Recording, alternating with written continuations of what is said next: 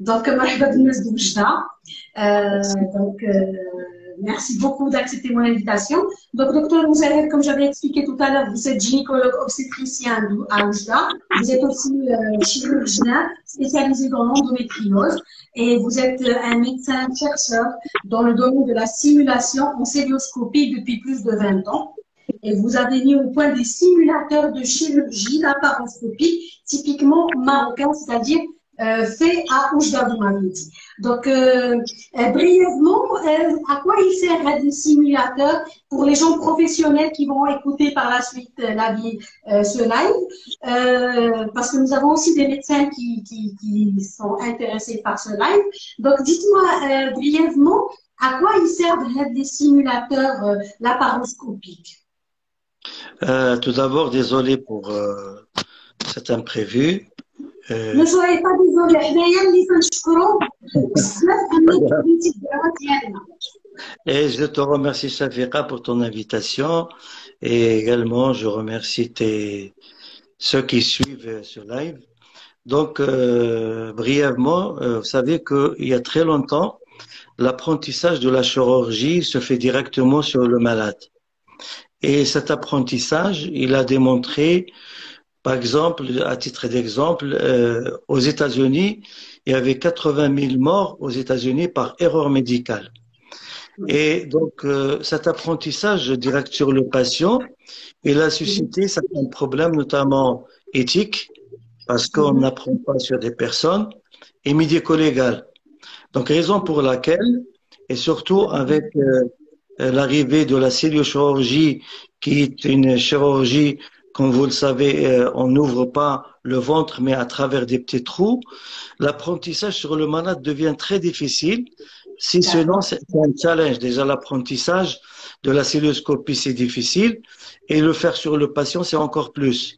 Donc, raison pour laquelle il a été mis au point ces simulateurs de chirurgie, comme les simulateurs de vol, comme les simulateurs de voiture, pour qu'on puisse apprendre la chirurgie, non pas sur le patient, mais sur ces appareils. Et quand on a appris, c'est en ce moment-là qu'on passe sur les malades, bien sûr, avec compagnonnage d'un senior. Donc, moi, j'ai mis au point ces simulateurs qui permettent aux médecins, chez chirurgiens, quelle que soit leur spécialité au Maroc, de pouvoir apprendre quand même à s'entraîner sur des interventions sans, bien sûr, risque pour les patientes. Sans aucun risque pour les patients, ce qui est une bonne chose, parce que, vous m'avez dit déjà aux États-Unis, qui sont un pays très avancé, vous avez dit qu'il y a 80 000 morts, il y avait 80 000 morts aux États-Unis. Donc, et alhamdoulilah, les gens, au Maroc, les médecins, les étudiants en médecine ou là, ceux qui veulent apprendre ces techniques, متقبلين cette approche de simulateur. Ils adhèrent. Bien sûr, on fait des formations maintenant au Maroc, que ce soit à Rabat, à Marrakech, à Casablanca. D'ailleurs, il y a un centre de simulation à Casablanca où il y a mes propres simulateurs sur place et ça nous permettra de former les jeunes chirurgiens pour l'apprentissage de cette nouvelle chirurgie qui quand même demande une courbe d'apprentissage qui est très longue.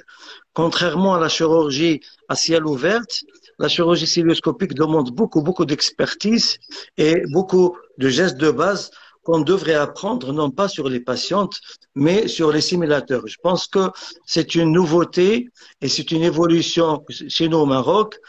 C'est une prise de conscience qu'on n'apprend pas sur les patientes et ça commence à être généralisé pratiquement dans tous les hôpitaux au Maroc. C'est tant mieux. Merci en tout cas, docteur, pour cette information qui est destinée aussi aux professionnels, au cas où ils sont, c'est-à-dire on ne sait jamais, peut-être qu'ils seront intéressés par cette information. D'abord, le fond du sujet, qu'attendent toutes les femmes et les hommes aussi qui sont abonnés sur cette page, les problèmes d'infertilité. Donc, docteur, on entend beaucoup infertilité, stérilité. Quelle est la différence? Est-ce que infertilité veut dire stérilité ou bien il y a une différence? Très bonne question parce que la stérilité, comme vous le savez, c'est-à-dire c'est l'absence de conception définitive, c'est-à-dire que ce couple il est condamné, c'est-à-dire qu'il n'y a pas de possibilité d'avoir des enfants, que ça soit en spontané, que ça soit après fécondation in vitro. Mais grâce actuellement, alhamdoulilah, au progrès technique et particulièrement aux différentes techniques de la procréation médicalement assistée, aux différents médicaments, on arrive quand même à résoudre 85% de problèmes d'infertilité. Alors, l'infertilité, par contre, comme on dit en arabe, ta'akhur al-injab. C'est un mot, c'est-à-dire que c'est soyez un petit peu patient, vous allez avoir des enfants, mais il faut juste attendre. C'est-à-dire c'est un mot qui est pessimiste et non c'est un mot qui est pardon optimiste. C'est pas comme la stérilité que c'est définitif. Et l'infertilité, c'est quoi la définition? C'est la présence de la conception naturelle après, selon l'OMS, entre 18 mois à 24 mois de mariage avec rapport régulier et surtout au bon moment, c'est-à-dire au moment de l'ovulation. Donc, on parle maintenant plutôt d'infertilité et non pas de stérilité. Donc, il faut attendre parce que les études épidémiologiques ont démontré que 30% des patientes, après 6 mois, quand ils n'ont rien du tout, ils arrivent à avoir une conception naturelle. Et 85% des patientes, après 12 à 14 mois, arriveront à avoir une grossesse spontanée, c'est-à-dire sans aucun traitement. Mais ce délai d'attente, il y a des exceptions. C'est-à-dire une femme qui a plus de 37 ans, elle ne va pas attendre 2 ans pour venir consulter. Ça, je pense... Oui, vous avez parfaitement raison. Vous avez parfaitement raison. Docteur, donc justement, il y a un domaine, une date, un timing défini par l'OMS. Après mariage, combien il faut de temps pour le couple pour qu'il aille consulter s'il n'y a pas de grossesse spontanée? Normalement, comme j'ai dit tout à l'heure, quand un couple est jeune, c'est 18 mois, 12 mois, 18 mois, en général. Donc, ça veut dire moins de la trentaine, c'est ça? Comment? Jeune, il y a moins de la trentaine. Voilà. D'accord. Mais par contre, une femme qui a 36, 37 ans, d'ailleurs, la barre a été mise à ce niveau, il faut qu'elle consulte très précocement. Et d'autant plus que s'il a déjà des cycles irréguliers, par exemple une femme qui n'a pas de règles, qui n'arrive pas à avoir ses règles, ou des règles qui tardent, une femme, par exemple, qui a des douleurs au moment des rapports ou des douleurs au moment des règles, parce que là, on peut supposer qu'elle a un problème d'endométriose.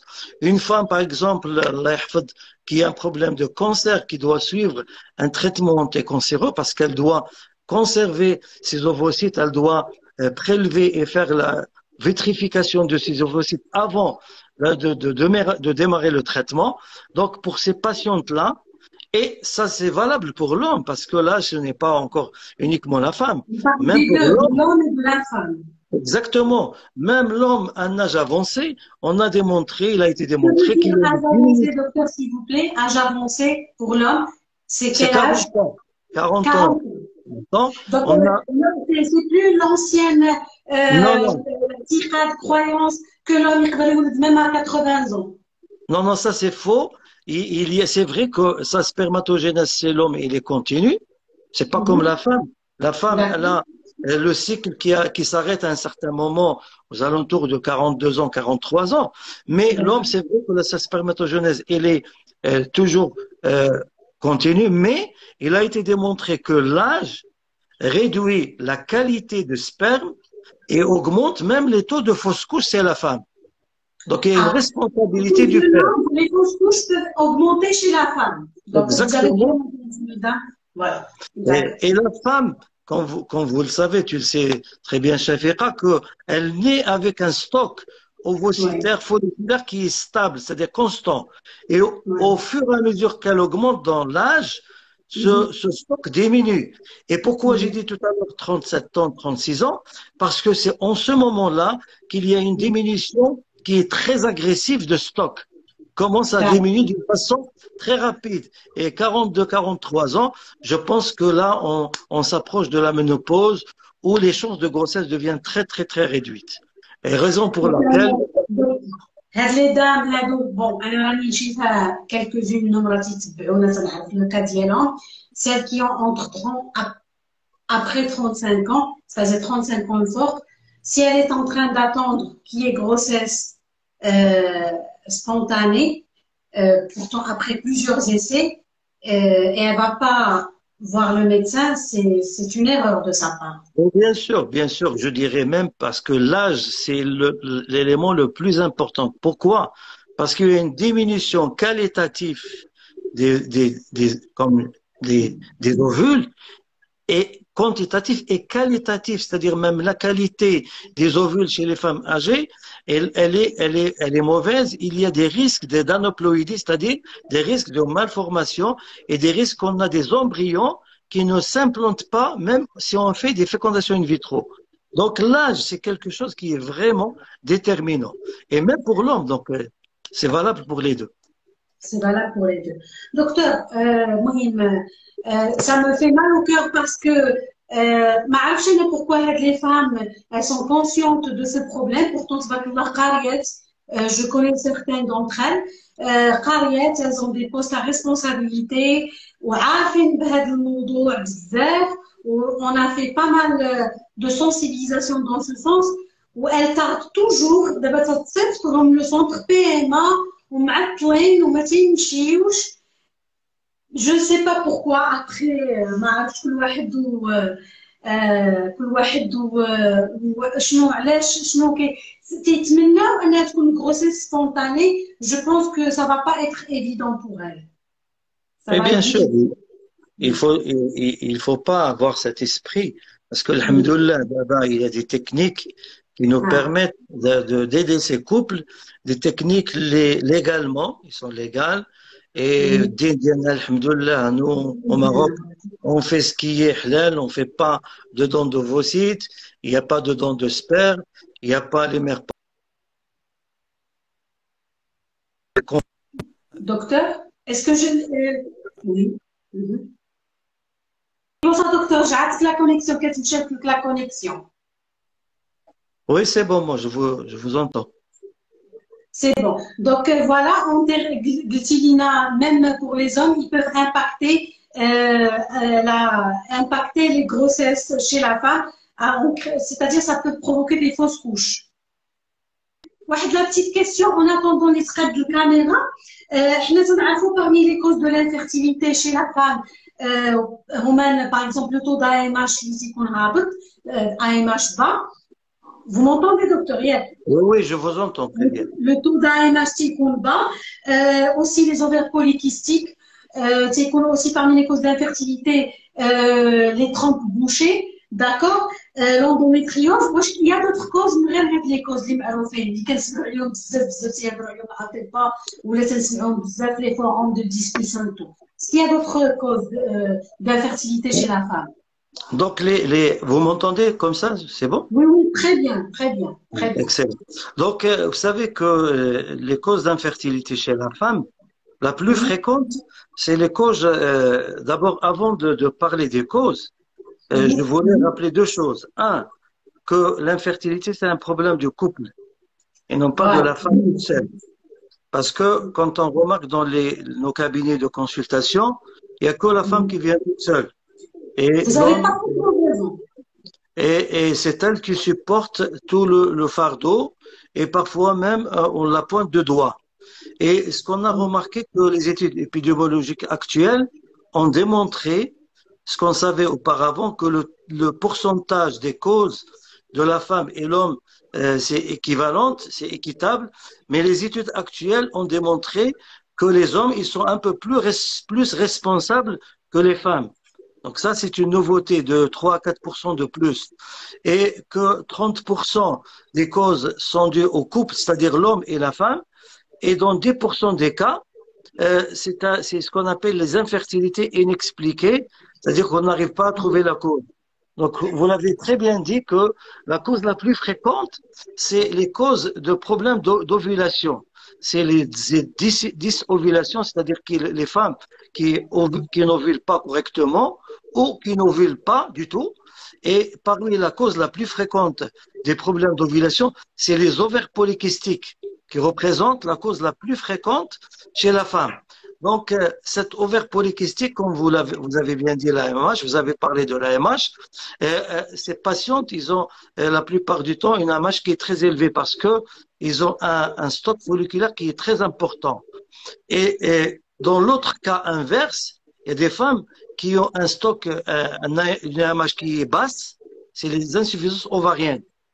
Donc, dans les deux cas, soit qu'on a cette réserve ovarienne ou cette AMH qui est très importante et qu'on a un problème d'ovulation, soit qu'on a l'inverse, c'est-à-dire des femmes qui ont une AMH très faible et qui ont également des troubles d'ovulation.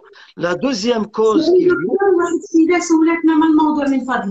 Alors, Ilham, فضل الموضوع راني علمت عليه à plusieurs reprises. هو غادي نهضروا اليوم على مشاكل الخصوبه عند المراه وعند الراجل، ماشي غير عند المراه، عند المراه وعند الراجل. شنو هما لي كوز ديال هذا نقص الخصوبه، داكوغ. وغادي نهضروا على العلاج، فوالا العلاج ديال كل مشكل. دابا الدكتور راه كيشرح، تبدا تيتكلم لنا ديجا هضر لينا على لي زوفير بوليكيستيك، دابا تيهضرنا على لا ريزيرف اوفاريين اللي كتهبط، وهضرنا على لي كوبل الازواج اللي كيتزوجوا وعندهم اكثر من 35 عام وكيبقاو باغيين يتسناو ديك العام عامين باش يحملوا ناتورالمون في عوض ما يمشيو عند الطبيب. دونك جيسبر كو جاوبتك. دابا غنرجعوا للطبيب باش نكملوا الشرح. اسمح لي يا دكتور، ولكن كان خصني نشرح بالعربيه. لا معليش. Merci beaucoup. Donc, Tilina, donc, cette comprise ouverte la réserve ovarienne peut-être, d'accord? Donc, les causes comme je vais, parce que d'abord, avant de commencer ou de proposer un traitement, il faut connaître la cause. Il faut connaître la cause. On ne peut pas proposer un traitement sans la cause. Donc, il faut que le médecin ait déjà en tête les différents types de causes, qu'il doit chercher la cause ou les causes qui sont responsables de cette infertilité. Donc, logiquement, pour avoir une grossesse normale, il faut qu'il y ait une ovulation régulière et de bonne qualité. Il faut qu'il y ait des trompes fonctionnelles et perméables. Il faut que la glaire soit normale et il faut que la muqueuse utérine soit de bonne qualité pour pouvoir faciliter l'implantation de l'embryon. Donc, si on a un problème quelque part au niveau de ces 4 points, on a une infertilité. Donc, pour résumer, soit que c'est l'ovaire qui ne fonctionne pas correctement, et le chef de file, c'est-à-dire la cause la plus fréquente, c'est les ovaires polykystiques. Il y a aussi les hyperprolactinémies, les femmes qui ont la prolactine élevée, هذوك اللي كيكون عندهم من galactorée كنلقاو لو لي في الوسان ديالهم الحليب. Donc, هذاك الهرمون الحليب, la prolactine, elle influence négativement sur l'ovulation. Donc, c'est pour cela que parmi les explorations qu'on demande quand il y a une infertilité, c'est le dosage de la prolactine. Il y a aussi certaines endocrinopathies. Par exemple, la thyroïde. La thyroïde, il y a une relation entre le fonctionnement de la thyroïde et le fonctionnement de l'ovaire. Il y a aussi la surrénale. Donc, tous ces éléments-là peuvent être responsables de ce qu'on appelle les infertilités d'origine anovulatoire. La deuxième cause, c'est les femmes qui ont des trompes bouchées. Donc, ça représente quand même 26%. Et pour ces patientes, quand on les reçoit dans nos cabinets, on demande deux choses. Est-ce qu'ils avaient des infections auparavant, les infections surtout les infections sexuellement transmissibles, les IST, et ou est-ce qu'ils ont été opérés quelque part, par exemple une appendicite, une péritonite, parce que ces deux causes-là, c'est eux qui sont responsables des trompes qui sont bouchées et de cette stérilité tubaire. La troisième cause, c'est l'endométriose, et on commence à voir de plus en plus, et je crois que grosso modo, c'est les trois plus grandes causes chez la femme. Et chez l'homme, bien sûr. L'homme, il est concerné, je l'ai dit tout à l'heure, il y a des causes qui sont pré-testiculaires, c'est-à-dire qui sont dues au fonctionnement de testicules C'est-à-dire que le cerveau, vous savez que la fonction testiculaire, elle est contrôlée par le cerveau. Il secrète deux hormones, la FSH et LH. Et parfois, quand il y a un problème au niveau de ce contrôle, il y a un problème de formation de spermatozoïdes, que ce soit en qualité et en quantité. Et là, parmi les causes, il y a le diabète chez l'homme qui peut être la cause. Il y a les hypothyroïdies également qui peuvent être la cause. Il y a le style de vie. Parce que vous savez, actuellement, avec les pesticides, avec le problème de la chaleur, surtout certains métiers, les chauffeurs par exemple, et la chaleur, elle est néfaste pour les spermatozoïdes. Donc, en général, voilà. Et il y a des causes également qui sont dues pas à la formation de spermatozoïdes, mais au transport. C'est-à-dire que vous savez que le testicule, c'est l'usine qui fabrique les spermatozoïdes. Mais il y a des canaux, ce qu'on appelle les autoroutes, qui vont transporter ces spermatozoïdes après un rapport vers la cavité vaginale.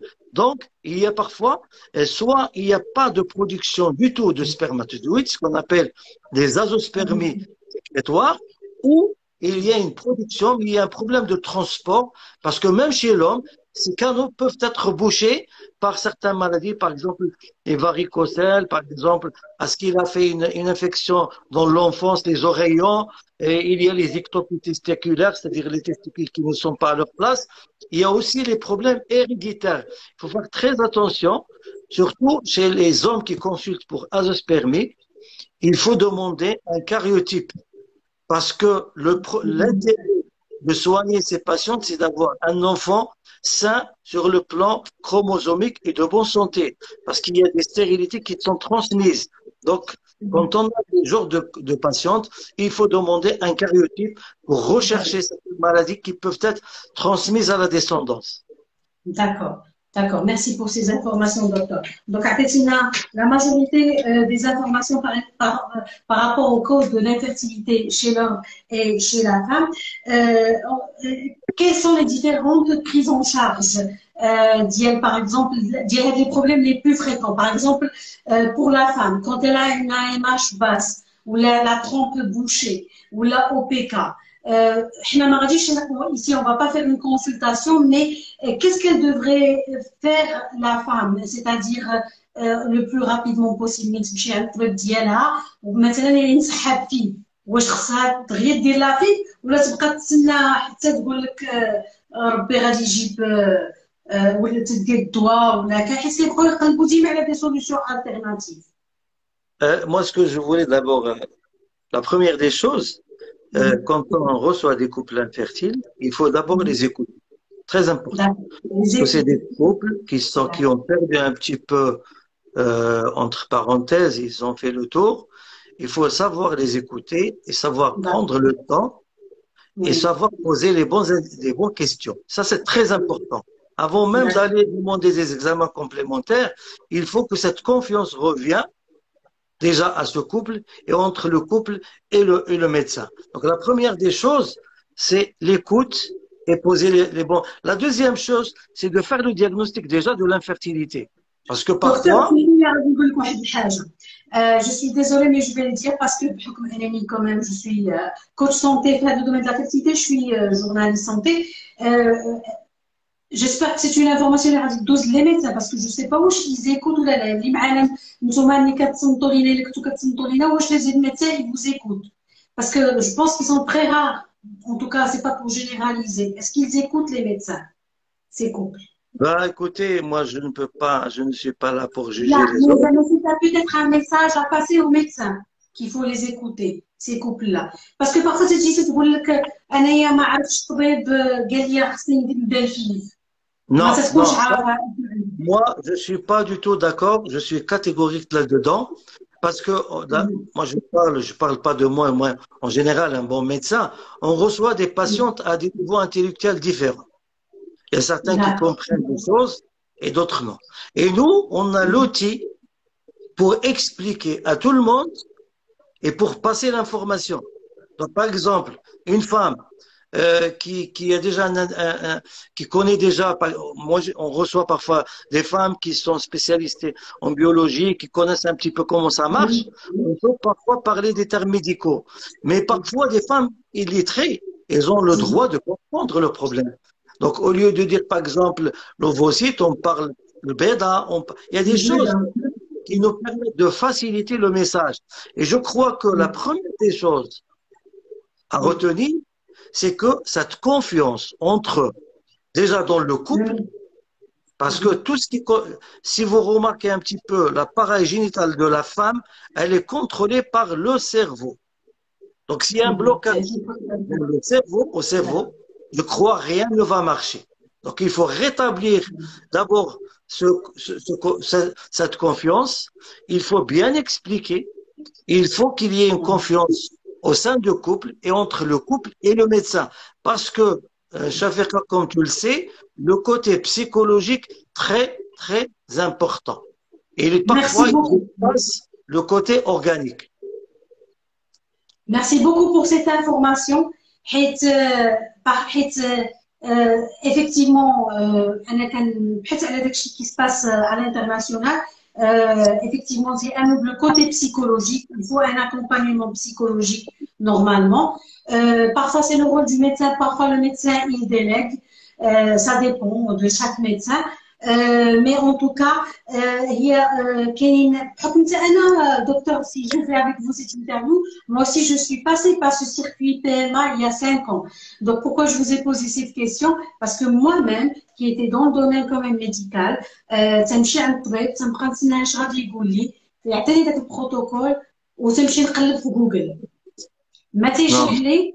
Il ne me dit rien du tout. Mais تنقولوا docteur, je suis stressée, تيقول لي انا stressée اكثر منك. Donc, j'ai eu certaines expériences dans ce sens. Donc, je parle peut-être au nom de c'est pas tout le monde pour ne pas généraliser. Nous sommes bien d'accord qu'il y a certains médecins qui sont vraiment, le médecin pratique et tout ça. Comme il y a d'autres médecins, les parce qu'on fait ça pour dire la vérité, en fait.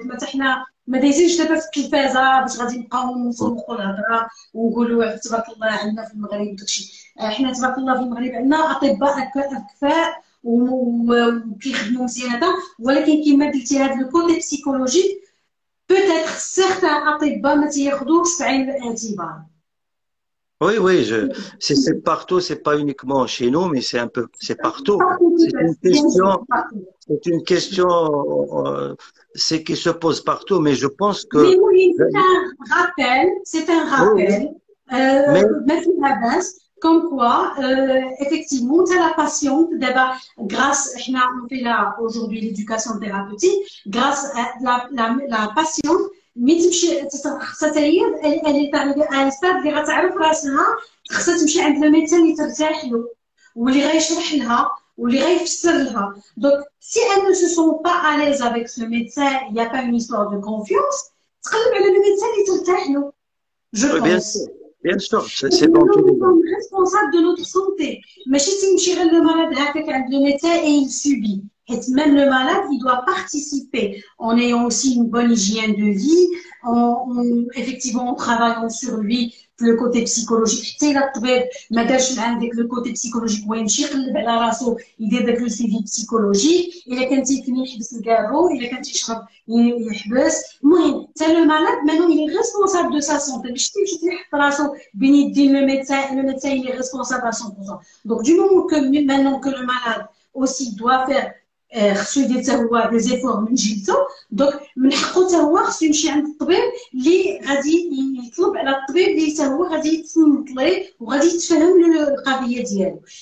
اسمح لي درت هاد لا بتيت بارونتيز حيت ما بغيتش انا يكون هاد لو لايف جوست كوم سا فيجي اون بارل وما نهضروش على لي بروبليم دو فون اللي كاينين عندنا في لا سوسيتي واللي كيرجعوا بزاف كوم ايكو. جو بونس كو البنات اللي دابا متبعين تنقول لهم البنات باسكو هذا غيكونوا متفقين معايا. دونك فوالا هضرتي لينا على لو كوتي بسيكولوجيك من دابا لو كنت يمشي عند الميدسان والميدسان يتصنت ليه من بعد كاس كي بو بروبوزي comme procédure thérapeutique ou là comme qu'est-ce qu'on peut proposer d'abord? On commence par les choses simples. avant de D'accord. parfois, les choses simples peuvent régler des problèmes. C'est pas parce que on va faire une FIV qu'on va régler un problème, parce que on est à l'ère de la médecine sur mesure et la médecine sur carte. C'est-à-dire que chaque problème, elle a une solution. C'est pas parce que on va faire une technique qui est très chère qu'on va avoir des résultats. Parfois, on commence par des choses simples. Par exemple, l'hygiène de vie. Mhm. Mhm. Il faut savoir également, on va peut-être parler la relation à effet entre le poids et la fertilité. Donc, le poids de la patiente, ce qu'elle mange dans son assiette, le côté de stress, c'est très important. L'alcool, le tabac, les drogues, tout ça, ils réduisent d'abord la réserve ovarienne chez la femme et également elles ont un impact négatif sur la qualité et la quantité du spermatozoïde. Donc on commence par l'hygiène de vie. C'est très très important. On ne va pas sauter sur les médicaments en laissant des choses simples. Deux, on commence à explorer. Chez la femme, il y a un bilan de base qui est simple. D'abord une échographie, deuxième, D'accord. troisième jour. Cette échographie, elle va nous permettre de connaître la réserve ovarienne de la femme tout en D'accord. comptant les petites follicules sur l'ovaire, deuxième, troisième jour. Si par exemple on a 7-8 follicules par ovaire, ça veut dire que C'est très bon. probablement cette femme elle a une bonne réserve ovarienne. Si elle a 5 follicules, moins de 4 follicules, ça veut dire qu'elle a une mauvaise réserve ovarienne. Deuxième chose, rien que l'interrogatoire, un cycle régulier. C'est un cycle qui est très probablement en faveur d'une ovulation qui est normale. Donc, un cycle irrégulier ou un cycle qui est long, ça veut dire tout simplement que cette ovulation est anormale. Deuxième chose, bilan, c'est les hormones. On peut demander la FSH, la LH et le stradio le troisième jour.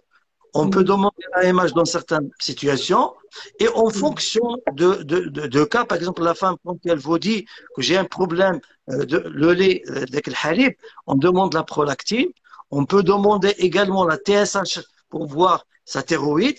Donc ça c'est des bilans de base qu'on demande. Et en fonction des symptômes, par exemple si elle a des poils sur le visage, si elle a une alopécie, si elle perd ses cheveux, on doit demander des hormones, des androgènes, des hormones mâles, et ça peut nous orienter vers le diagnostic des ovaires polykystiques. Donc, il y a un bilan de base qu'on demande, il y a des bilans en fonction des symptômes. D'accord. D'accord, docteur. Ministre les trompes bouchées, Oui, quelle est la prise en charge? Est-ce qu'on peut, voilà, est-ce qu'il y a une solution? voilà. D'abord, pour les trompes bouchées, c'est l'hystérographie. Désolé, j'ai pas cité cet bilan qui fait partie du bilan de base. Elle fait Parce très que mal. l'hystérosalpingographie, Elle fait très mal. elle Mais fait c'est très une mal. dure épreuve. Ouais. Absolument. Je suis Mais c'est d'accord des avec vous. examens, Mais c'est dur. malheureusement, c'est le seul examen qui nous permette de voir est-ce que les trompes. Donc, on demande et on voit la Le qualité des liquide trompes qui passe. qui passent C'est dans un les liquide. trompes. Est-ce qu'ils sont D'accord. perméables? Est-ce qu'ils ne sont pas D'accord. bouchés? Un. D'accord. Deuxième des choses, pour les traitements, vous m'avez parlé des traitements. Alors, les traitements, ça dépend de la qualité des trompes. En général, après une hystérographie qui démontre que les trompes sont bouchées, on fait une cystoscopie, on injecte un bleu par voie basse et on voit. Mais parfois, il y a des trompes qui sont bouchées, c'est des spasmes qui se passent au moment où on fait la radio. Là, comme vous l'avez bien dit, elle est douloureuse et cette douleur, elle peut parfois engendrer un spasme et vous avez l'impression que la trompe est bouchée. Donc, ce n'est pas toutes les trompes qui sont bouchées à l'hystérographie sont vraiment réellement bouchées. Donc, quand on fait une cystoscopie, la femme, elle est anesthésiée, on injecte un liquide, un bleu, et comme ça, on a la certitude est-ce que la trompe est bouchée ou pas. Et là, on va voir la qualité de la trompe. Il y a des trompes qu'on peut réparer par cystoscopie, sans même aller à la fécondation in vitro. Ouais. Voilà. C'est Donc, une bonne nouvelle. soit on répare ces trompes, et comme ça, la patiente, elle va avoir des enfants sans faire de FIV, mais quand même, le taux de réussite, il est de 40 à 50%, il n'y a pas de 100% en médecine, ou bien que ces trompes sont de très mauvaise qualité, et si on décide de faire la FIV, il faut les retirer, mais parfois, les patientes ne sont pas d'accord. Parce que une fécondation in vitro sur des trompes qui sont bouchées, qui contient un liquide, ce qu'on appelle les hydrosalpinx, ce liquide, il empêche l'implantation de l'embryon. Donc pour ces patients, on les enlève par célioscopie? oui, par célioscopie, pour donner plus de chance à ces patientes, parce que quand on n'arrive pas à réparer les trompes par célioscopie, on passe à la deuxième étape qui est la fécondation in vitro. D'accord, docteur. D'accord. Donc la célioscopie, puisque c'est votre domaine, vous êtes expert depuis plus de 20 ans, docteur, la célioscopie. Quand est-ce qu'elle est, c'est-à-dire recommandée l'infertilité? Donc quand il y a des trompes bouchées, et quand il y a aussi des adhérences? Justement, donc la célioscopie, elle est recommandée quand on a déjà des trompes bouchées au niveau de l'hystérosalpingographie. Deux, quand on a par exemple une endométriose. D'accord. Donc, alors la célioscopie, même pour l'endométriose, ok.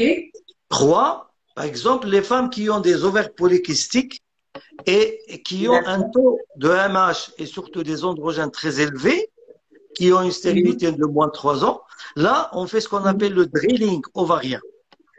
C'est-à-dire qu'on va faire des perforations au niveau des ovaires pour que ces follicules arrivent à maturité. Parce que vous savez ce que c'est que la définition de la ovaire polycystique. Ça veut dire que c'est des follicules qui arrivent, par exemple, 12 petites à 12 mm, mais qui n'arrivent pas à maturité à 18 et qui n'arrivent pas à avoir une ovulation. Donc, quand on fait ce drilling, on arrive quand même à réduire d'abord le taux des androgènes, cette hormone mâle, et on arrive quand même à corriger cette ovulation. Et la quatrième indication, quand on a ce qu'on appelle les infertilités inexpliquées. C'est-à-dire qu'on a tout est normal, le spermogramme, l'échographie, les hormones, mais ce couple n'arrive pas à avoir des enfants. On peut faire des célioscopies et parfois on trouve des adhérences. Et le fait de retirer ces adhérences, et il y a parfois des grossesses. D'accord. Donc, alhamdoulilah, il y a des solutions. Oui, alhamdoulilah. Comme j'ai dit tout à l'heure. Alhamdoulilah, par exemple, il y a de bonnes nouvelles, même en cas d'adhérence, même en cas d'ovaire polykystique. Il y a toujours, célioscopie et OPK. Oui. Par exemple, quand on a surtout la MH. Tu travailles sur la fertilité. Oui, quand on a la MH qui est très élevée, quand on a les androgènes, la testostérone élevée, et quand on a échec de stimulation, d'induction par les médicaments, alors là, on fait ce qu'on appelle le drilling. Le drilling, c'est une chirurgie très ancienne. Elle remonte, j'ai pas la date en tête, à Sten Leventhal. C'est celui qui faisait ce qu'on appelle les résections cuniformes de l'ovaire. Donc, à l'époque, il faisait une laparotomie chez les ovaires polykystiques, parce que vous savez que c'est des ovaires qui sont très gros. Donc, il retirait une partie de l'ovaire par laparotomie, et il soutirait l'ovaire, il avait des grossesses. Et maintenant, avec l'événement de la célioscopie, on ne fait pas de laparotomie, on fait juste des trous, comme ça, et on fait des perforations sur l'ovaire, et ça donne vraiment de très très bons résultats. De très bons résultats. Ouais, c'est une très bonne nouvelle. Où après la célioscopie, la femme, elle reste de la clinique plusieurs jours, elle est douloureuse. Non, c'est une chirurgie en ambulatoire. Parfois, elle rentre le matin et elle sort le soir. C'est pas une chirurgie qui est très avancée. Non, non, le lendemain ou le jour même. Le lendemain, elle peut sortir. Bon, je suis passée par la célioscopie, donc effectivement, ما تنحسوش بلا douleur ديال la chirurgie, le ventre ouvert, ça n'a rien à voir. Reste تكون un peu avec le ventre qui تنفخ بالغاز, je pense quelque chose dans ce sens. Oui, oui, On sent une douleur, le corps. Oui, alors là, c'est pour vous expliquer, d'abord deux mots, entre parenthèses, les avantages de la cilioscopie. Et je crois que lui qui a mis au point cette technique, c'est quelque chose qui nous a facilité la tâche. Par exemple, on opère maintenant même les cancers, on les opère le jour même, le lendemain, elles sortent avec 3 trous, une cicatrice. Donc, les avantages de la cilioscopie en 2 mots, d'abord, c'est esthétique, il y a des trous, il y a très peu d'infections, il y a très peu de douleur, la convalescence, elle est rapide. Pour les gens qui travaillent, le retour au travail, il est rapide, et il n'y a pas d'adhérence, parce que c'est ça le plus important. C'est-à-dire surtout une femme qui a une infertilité. Moi, je vois très mal comment on peut opérer des femmes qui ont une infertilité par la parotomie. Parce qu'en cilioscopie, on n'a pas d'adhérence. Et l'ennemi juré numéro 1 de pelvis, de ventre de la femme, c'est les adhérences. Ils sont source d'infertilité et surtout de douleurs pelviennes chroniques. Et là, ce que vous avez dit pour les douleurs après l'intervention, qu'on sent au niveau des épaules, il faut que juste le médecin, quand il finit, et la cilioscopie, qu'il prenne 2 secondes pour vider correctement le ventre de CO2. Et il faut le vider, parce que nous, quand on fait des cilioscopies, la table, elle est en train d'élambourg, c'est-à-dire la tête basse, et vers le haut. Il faut remettre la table à la position normale et prendre le temps de vider correctement le CO2, et parfois on instille même des antidouleurs au niveau du ventre, et la femme n'a plus mal après. Voilà, ça c'est juste des trucs techniques. La cilioscopie. Merci en tout cas, vous nous avez facilité l'information, صراحة. Donc docteur, من بعد غنهضروا على la chirurgie robotique, ولكن ça peut intéresser les professionnels, mais pas pour que les femmes هادو اللي عندهم مشاكل d'infertilité, c'est-à-dire نكونوا ما نعطلوهمش بزاف. غادي ندوزو la rubrique vrai ou faux. D'accord, donc غادي نسقسيك des questions. وغادي تقول لي تجاوبني par vrai ou faux, ou s'il y a une explication. واش 40 ans est l'âge maximum pour une fille? Alors, vous savez que dans les pays où il y a assurance maladie, à 42, 43, on arrête de faire des FIF. D'accord?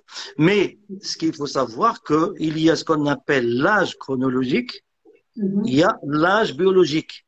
L'âge chronologique, c'est celui de la femme. L'âge biologique, c'est celui de l'ovaire. Vous pouvez avoir une femme de 38 ans, mais qui a un ovaire de 45 ans. Et vous pouvez avoir l'inverse.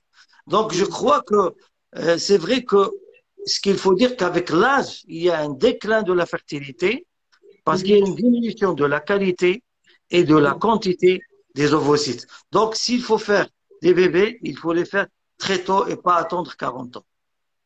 Oui, mais si elle n'a pas le choix, la pauvre, à 40 ans, est-ce que c'est toujours faisable? Oui, bien sûr, même à 42 ans, c'est possible. Sauf que à 42 ans, c'est toujours possible. Sauf que les chances de grossesse sont diminuées. D'accord, parce qu'il y a, d'accord. نكملوا la rubrique ومن بعد نسقسيك السؤال ديال واحد لا. D'accord. Faut-il attendre 6 mois entre 2 tentatives faut-il attendre 6 mois entre 2 tentatives FIV? Vrai ou faux? Non, c'est faux. Non. Parce que actuellement, par exemple, je vous donne le contre-exemple. Actuellement, pour les femmes, par exemple, mauvaises répondeuses qui sont âgées, ce qu'on fait, on fait des stimulations le même cycle. C'est-à-dire qu'on stimule pour avoir plus d'ovocytes, on stimule, on ponctionne, on congèle, puis on restimule le même cycle. Donc, il n'y a pas de raison d'attendre 6 mois ou 7 mois, si ce n'est que pour le côté psychologique, c'est peut-être qu'ils veulent se reposer, mais sur le plan physiologique, il n'y a aucun souci. D'accord, ok. Le surpoids peut être un facteur d'échec de FIV ou cause de fausse couche précoce, vrai ou faux? Oui, c'est vrai, parce que, un exemple, un IMC, un indice de masse corporelle qui est au-delà de 30, et une diminution des chances de grossesse. Et un IMC qui est faible, parce qu'il faut voir aussi, parce que le poids élevé, c'est le cas, par exemple, des ovaires polykystiques. Il y a une résistance à l'insuline. Et tout ça impacte négativement sur la qualité de l'ovulation. Oui, le poids, soit que le poids, il est élevé, c'est pas bien, soit que le poids, les mergues, par exemple, les femmes qui sont mergues, par exemple, vous trouvez ça sur les grands sportifs, et ça influence négativement sur la fertilité. Raison pour laquelle, le message est passé, les femmes qui ont un ovaire polykystique et chez qui on demande de faire des régimes, il faut surtout pas essayer de réduire le poids très rapidement. On diminue de 1 kg par mois pendant 6 mois. C'est 10% de poids. J'espère que vous m'avez entendu, parce que non, elles veulent perdre du poids rapidement pour entamer une fille. Non, ça c'est faux, parce que ils vont aggraver plus l'ovulation. Il faut réduire le poids de 1 kg par mois sur 6 mois. Ça, c'est une étude récente que je viens de lire hier. C'est une étude qui est très récente et qui a démontré que les femmes qui ont suivi ce régime, ils ont eu même des grossesses spontanées. En dehors, bien sûr, des trompes bouchées. Les femmes qui ont un problème d'ovulation, quand ils ont fait ce régime, ils ont été comparés au groupe qui n'a pas fait de régime. Il y a un plus d'ovulation et de grossesse dans le groupe témoin. Et ça, c'est valable pour les hommes. C'est valable pour les hommes. Absolument. Le poids, il est néfaste pour la qualité et la quantité de spermatozoïdes. Il est très néfaste. C'est noté. Une petite question, les médecins me disent alors, vous l'étiez dans l'autre sens. Les médicaments du protocole PMA font-ils grossir? Oui. Oui. Merci, docteur. Alors, pas tous les médicaments. Par exemple, il y a certains médicaments à base de FSH/LH, oui, ils ont démontré qu'ils peuvent grossir. Deuxième médicament qui peut grossir également, les progestérone qu'on donne quand on fait, par exemple, une FIV après transfert, on donne de la progestérone. Il y a certains produits qui donnent des gonflements, mais pas tous les produits et pas pour toutes les femmes. C'est au cas par cas. Mais quand vous lisez la plupart des femmes, ça te dit que j'étais 60, je suis devenue 80. Oui. Après plusieurs essais. Mais c'est pas moi qui le dis, c'est sur la notice. Prenez juste la notice des injections et vous allez trouver, parmi le vomissement, la somnolence et tout, il y a la prise de poids. Donc, merci pour cette information parce que, en plus du problème de fertilité, il y a le médecin qui vous dit non, si vous avez pris du poids, c'est parce que vous mangez, ou ce qui est, c'est quand même un peu dur. Donc, il vaut mieux la rassurer, lui dire non, c'est pas de votre faute, c'est les médicaments. Peut-être après, Inch'Allah, l'accouchement, vous allez pouvoir vous prendre en main. Donc, d'accord. Peut-on tomber enceinte naturellement, spontanément, avec une ou deux trompes bouchées? Avec deux trompes, non. Avec deux trompes, non. Mais endométriose, d'accord. Avec une seule trompe, pourquoi? Parce que Allah subhanahu wa ta'ala دايما عطانا جوج حوايج. جوج يدين, جوج عينين, alhamdoulilah. Alors pourquoi avec deux trompes, non? Parce que si on revient à la physiologie, après l'ovulation, l'ovule, il passe dans les trompes pour rejoindre le spermatozoïde. Donc les trompes, c'est en quelque sorte, c'est l'autoroute qui permet à l'ovule de circuler. Donc s'il n'y a pas d'autoroute, il ne peut pas passer. C'est impossible d'avoir une grossesse sur des trompes bouchées. Ce qui est possible, par contre, ce qui est possible, c'est une trompe. Et les malades n'est pas beaucoup, même si bouche et légèrement, il peut y avoir ce qu'on appelle les grossesses extra-utérines. Une trompe qui est malade. Mais une trompe complètement fermée, aucune possibilité. Deux trompes fermées, mais une seule trompe, oui. Sauf une trompe, oui. Deux trompes, non. Non. D'accord. Voilà. Alors, un homme qui a eu un enfant d'un précédent mariage, d'accord? Il s'est Oui. remarié pour la deuxième fois et il n'arrive pas à avoir d'enfant, d'accord? Le couple n'arrive pas à avoir d'enfant. Est-ce qu'il peut, j'ai déjà eu un enfant, donc je ne suis pas concernée. Est-ce qu'il peut être touché par le problème d'infertilité entre-temps ou là le problème vient que de la femme, cette nouvelle femme? Oui, oui, c'est ce qu'on appelle la stérilité ou la fertilité secondaire. Elle touche L'infertilité bien aussi secondaire l'homme que la femme. Et l'erreur à ne pas commettre. Et là, c'est un message pour pour les hommes. médecins. C'est-à-dire Oui. que moi, j'ai reçu des couples et la femme, elle me dit, je suis mariée avec mon mari, oui, mais est-ce que votre mari, il a un spermogramme? Ah non, non, pourquoi? Ah, parce qu'il a déjà des enfants. Et Il a déjà vous des avez... enfants. Non, je pense que il y a ce qu'on appelle l'infertilité primaire, c'est-à-dire ceux qui n'ont pas du tout d'enfants, et il y a l'infertilité secondaire, ceux qui ont des L'infertilité enfants, secondaire. un temps T, mais après, parce qu'il boit, parce qu'il fume, parce qu'il a un problème, parce qu'il a rattrapé une infection, il peut y avoir D'accord. des problèmes de sperme.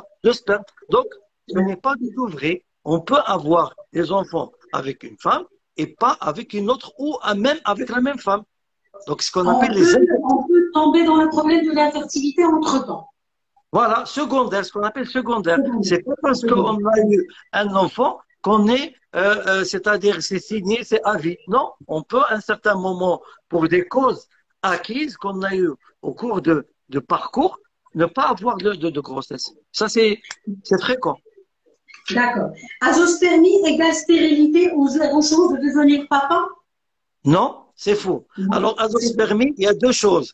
Il y a l'azospermie excrétoire, c'est-à-dire que l'usine qui est le testicule, il fabrique des spermatozoïdes, mais on a juste un problème de transport, c'est-à-dire les canaux qui permettent de transporter les spermatozoïdes sont bouchés.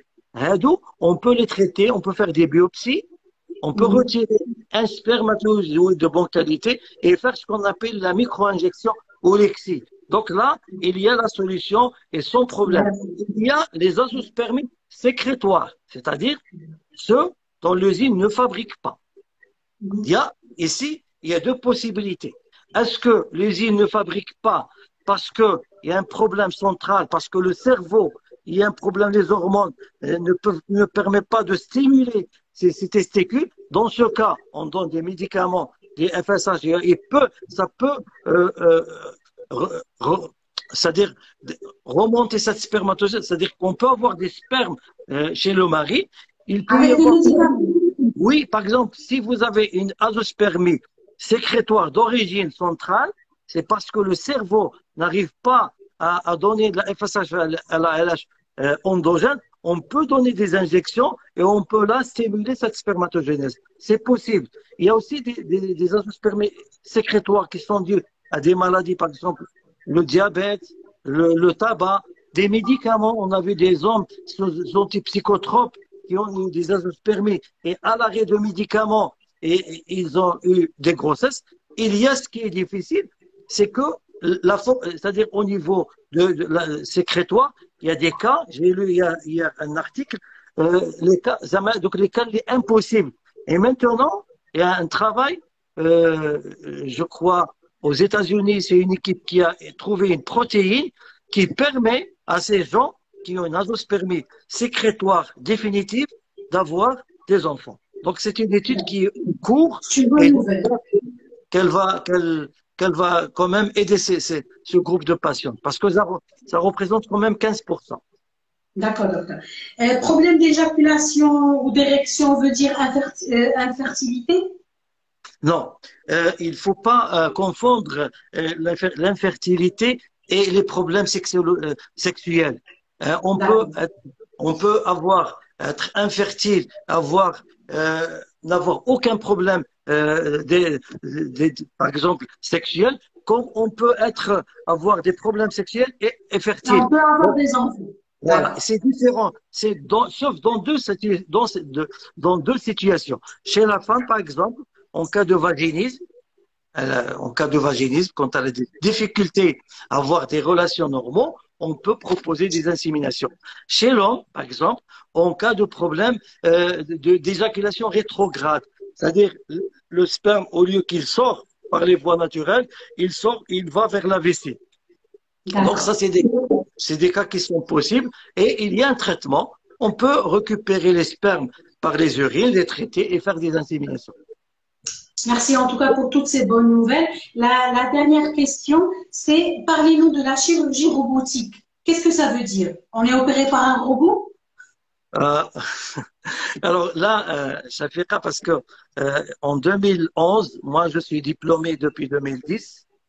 J'étais le premier maghrébin qui est diplômé en chirurgie robotique en France. Puis j'ai fait des masterclass aux États-Unis. Donc le robot, c'est quoi?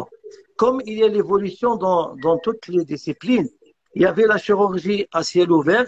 Après, c'est la cystoscopie par des trous. Et maintenant, c'est la robotique. C'est quoi la robotique?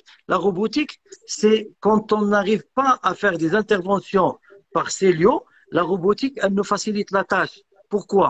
Parce qu'il y a un robot, c'est un télémanipulateur, et c'est le chirurgien qui contrôle ce robot.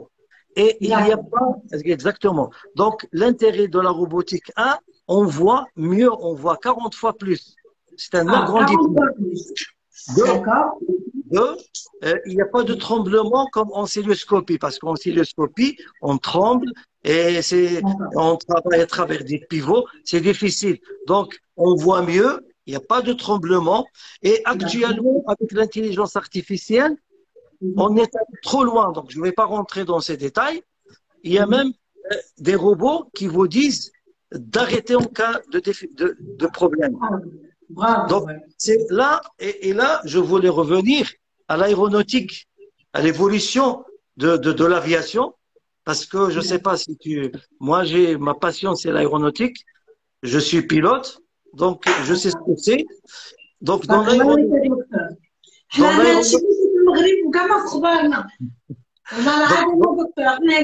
je suis attachée presque le secteur de la santé depuis 15 ans.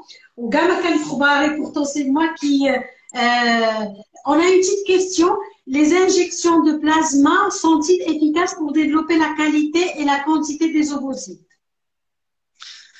Alors là, je vous dis en toute honnêteté, moi, je privilège la science que les autres.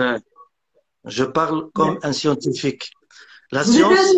C'est l'intérêt de votre présence avec nous. Non, non.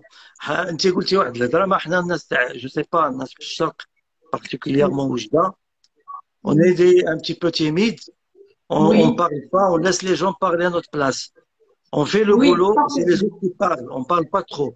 Donc, je termine par la robotique et je réponds à cette dame. Donc, la robotique. Vous attendez, Madame Nassiba. Donc, la robotique, elle est maintenant très développée en France. Et au Maroc, j'espère qu'elle le sera un jour parce que j'ai hâte. Parce que avant, je partais en France pour faire de la chirurgie là-bas. J'espère qu'au Maroc, Inch'Allah, il y aura des robots et c'est pour très bientôt. Ça nous permettra de faire des interventions très compliquées qu'on n'arrive pas à faire par cystoscopie. Donc c'est ça l'intérêt de la robotique.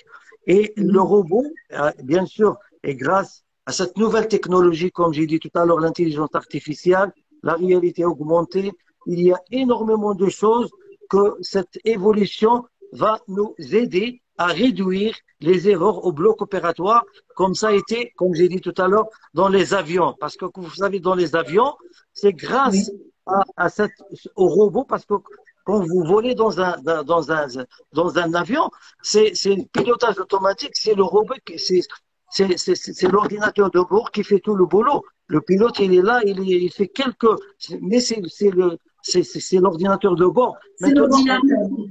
Maintenant, on est dans l'ère de l'évolution. Et même dans la fertilité, il y a l'intelligence artificielle qui commence à prendre beaucoup de place parce que grâce à cette intelligence artificielle, on arrive à sélectionner les meilleurs embryons qui peuvent être transférés et qui peuvent avoir une évolution, une grossesse. Maintenant, c'est fini le temps de laisser, j'essaie, je vais voir, on verra peut-être. Maintenant, l'intelligence artificielle et surtout les recommandations qu'il faut suivre. Donc, je réponds à la dame pour le Oui. PRP. Il y a des gens qui, le PRP, l'intérêt, c'est quoi? C'est des plaquettes qu'on va Oui. retirer des patientes, qu'on va injecter au niveau des ovaires.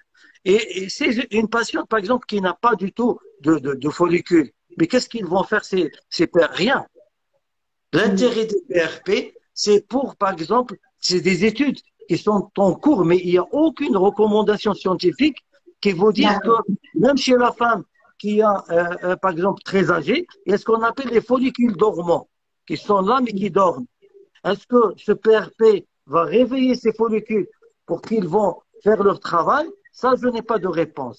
Il n'y a aucune recommandation scientifique qui vous dit que le PRP il a un intérêt dans les insuffisances ovariennes. Donc, je crois que c'est des histoires de chasse. Une personne X a fait, mais il n'y a pas de preuve scientifique. Il n'y a pas de preuve scientifique. Parce Je que nous, on souhaite. suit les recommandations. On ne fait pas ce Oui. que nous, on veut.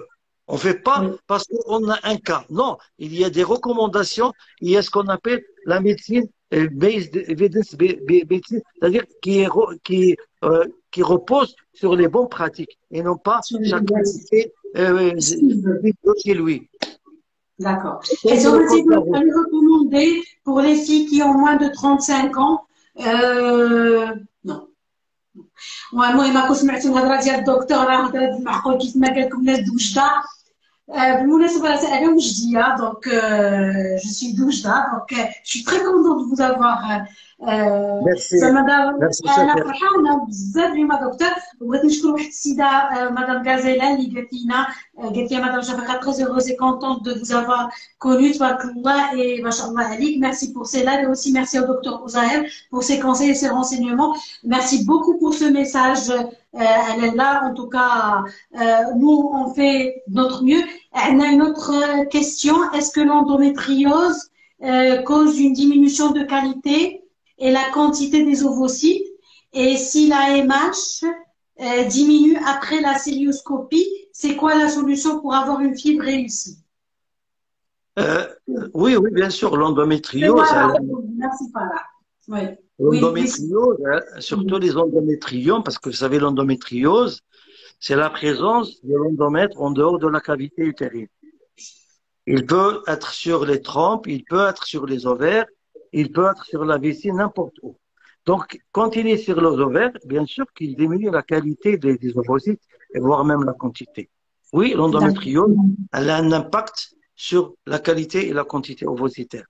Est-ce Pour que la la célioscopie, elle a aussi un impact sur l'AMH? Non, du tout. Si on ne touche pas à l'ovaire, elle n'a pas d'impact. Par exemple, je donne un exemple très simple. Les femmes qui ont un endométriome, c'est-à-dire une endométriose ovarienne, alors pour ces femmes-là,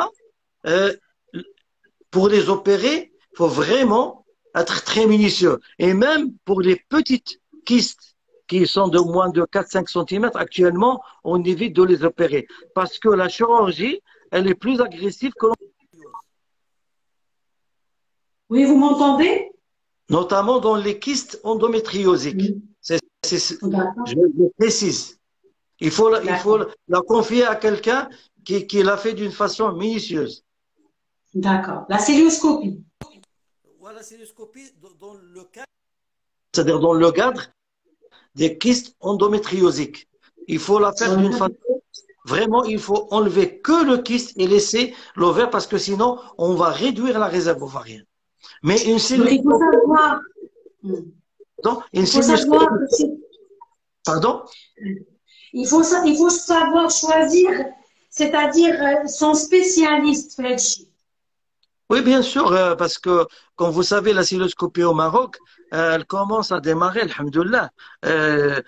Il y a beaucoup de formations, il y a beaucoup de médecins, que ce soit à Rabat, à Casa, à Oujda, à Marrakech, à Agadir, un peu partout, qui sont quand même des pionniers de l'endoscopie et qui veulent transmettre ça aux autres. Et je crois que c'est ça l'intérêt. Parce que la formation et la courbe d'apprentissage de la célioscopie, elle est très longue. Donc, c'est pour cela qu'il y a un retard. Vous savez, même aux États-Unis, ils ont un problème de formation en célioscopie. C'est pas juste au Maroc.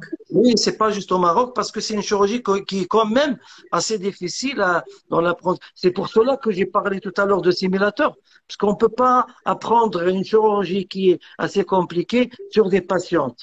C'est pas, Docteur, pas normal. si un médecin, il est gynécologue, mais il pratique, il n'a pas été formé à la cystoscopie, il est diplômé. Est-ce qu'il peut faire il peut faire sa formation par la suite?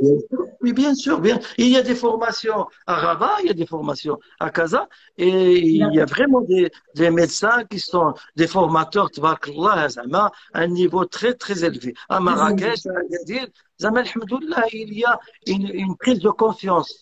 Ou la chirurgie robotique, elle est pratiquée au Maroc ou pas encore? Non, pas encore, parce Vous qu'il n'y a êtes, pas il y a pas de robot, mais je il y crois a pas que de- à Casa, il y a C'est en peut-être, cours. c'est C'est en en cours, cours. ouais, c'est en cours. D'accord, Inch'Allah, docteur. D'accord. Inch'Allah. Je pense, docteur, qu'on a fait le tour. Je pense. En tout cas, Anéa, personnellement, je vous remercie parce que beaucoup d'informations que vous m'avez données et je sais ce que je dis. Comme je vous l'ai dit, je suis passée par le circuit PMA, je suis attachée de presse depuis 15 ans, je suis journaliste santé et j'ai fait passer des gynécologues partout dans les médias. En tout cas, il n'y avait pas la même qualité d'information qui a été donnée aujourd'hui. Quand vous avez dit, ils agissent, travaillent plus qu'ils ne parlent. Je pense que vous avez parfaitement raison. Vous m'avez donné beaucoup de... En tout cas, la bonne nouvelle pour c'est qu'il y a en tout cas des solutions pour presque pour toutes les causes d'infertilité, que ce soit pour les ovaires polykystiques. Vous m'avez parlé d'une dernière technique, les OPK et la cystoscopie. C'est une technique qui est pratiquée depuis très longtemps peut-être, mais qui a de... زعما يمكن ما سامعينش بها انا الله ما عرفتش كيهضروا عليها في هذيك البراتيكا بزاف مي ان توكا انا ما عمري ما سمعت بها انا شخصيا كنهضر على راسي ما عمري ما سمعت بها Moi, j'ai une chaîne sur YouTube où il y a mes films et une intervention ولكن de... ديالك Oui, ولكن oui. Là, là, elle se fait partout par la plupart انا ما des كانش collègues اخبار gynécologues. au niveau de l'information ما كانش اخبارنا صححتي لينا بزاف ديال دي كرويونس دي فوز كرويونس كون افي افكار غلطه اللي كانت عندنا عطيتينا دي زانفورماسيون سيونتيفيك مي بسطتيها لينا en tout cas moi je vous remercie énormément d'avoir accepté mon invitation هذا le live je vais le partager pour la personne qui كانت طلباتني bien sûr que je partage ces lives c'est l'intérêt باش تكون une bonne diffusion mais encore je vais couper les parties les plus importantes parce que c'est pas tout le monde qui est intéressé par toutes les pathologies de la fertilité كاين اللي متم غير les OPK كاين اللي متم غير l'azospermie كاين اللي متم donc انا كنقسمها en plusieurs petites vidéos et je vais partager avec vous merci beaucoup docteur j'espère que vous seriez mon invité très prochainement encore pour d'autres sujets passionnants بحال هكا وتبارك الله عليك vous êtes chercheur et vous êtes aussi pilote vous êtes pilote vous m'aviez dit تبارك الله عليك يا دكتور en tout cas merci beaucoup Je te remercie, c'est à moi de te remercier. كنشكر فرح اللي عاونتني في سيرفيس تكنيك معنا وكي m'a fait un coucou tout à l'heure كنشكركم كاملين merci en tout cas pour vos messages vous m'envoyez tout le temps certaines personnes m'envoient toujours des messages d'encouragement des messages gentils je vous remercie j'espère نتمنى أنني je vais continuer à vous servir et vous donner de l'information mais pas une information qui a été diffusée ailleurs attention c'est l'information fraîche actualisé, en tout cas très actualisé. Et aujourd'hui, donc vous avez fait de belles recherches. Si vous avez besoin de son contact, envoyez-moi un message. En tout cas, il est à Oujda.